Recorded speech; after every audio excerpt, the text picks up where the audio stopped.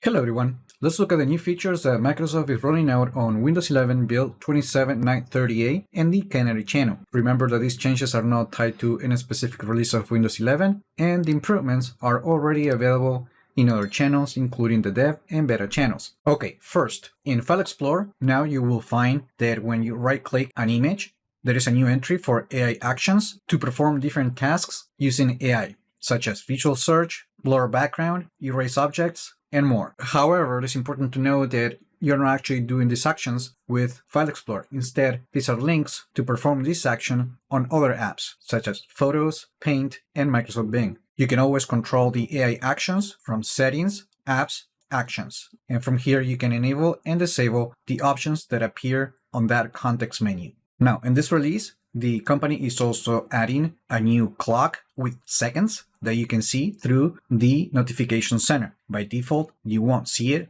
but if you want to enable it, you need to go to Settings, Time and Language, and then on the Date and Time page, you're going to find this new option to show time in Notification Center.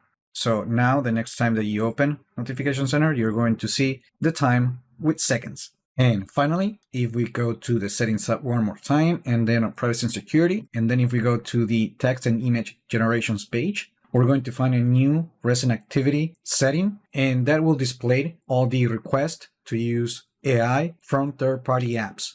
As per usual, in this preview build of Windows 11, Microsoft is also pushing some fixes and some small changes. You can also check the link in the description to get more details about this preview. And that's it. Those are the significant changes that we're going to see on Windows 11 build 27938 in the Canary channel. Let me know in the comments what you think about these changes. If you're actually using the Canary channel, like the video, share it, subscribe to the channel if you haven't done that yet, and I just hope this video was informative for you, and I would like to thank you for viewing.